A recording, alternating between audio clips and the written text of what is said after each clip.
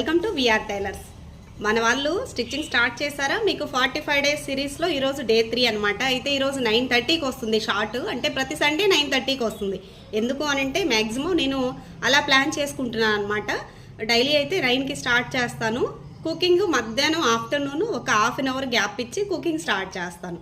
ఈరోజు సండే కావడం వల్ల నేను మార్నింగే కుకింగ్ కూడా కంప్లీట్ చేసేసి 9:30కి స్టార్ట్ చేశాను. ఈలోగా షార్ట్ పెడదాము అనే టైంకి మళ్ళీ కస్టమర్ వచ్చారనమాట నాకు ఈ బ్లౌజెస్ తీసుకొని.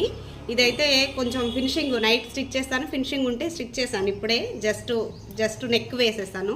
ఇక ఇవైతే కస్టమర్ నాకు 35 కిలోమీటర్ అండి వీళ్ళు ఉండేది డిస్టెన్స్. అయితే నాకు అంత దూరం నుంచి 1 ఇయర్ బ్యాక్ స్టిచ్ చేశాను. ఈరోజైతే తీసుకొచ్చేసారనమాట. ఇది ఇద్దరు అనమాట.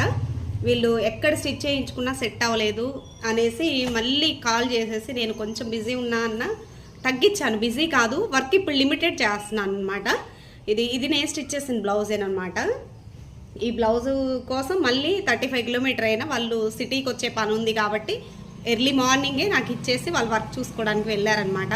ఎందుకు ఇంత ఎక్స్ప్లెయిన్ చేస్తున్నా అంటే మనం ఫినిషింగ్ బాగుంటే ఎంత దూరం ఉన్నా వస్తారు. ఎలాంటి బ్లౌజ్కైనా లోడింగ్ అనేది వేస్తానని వస్తారు అని చెప్తుంటాను కదా, ఇదే అనమాట దానికి నిదర్శనము.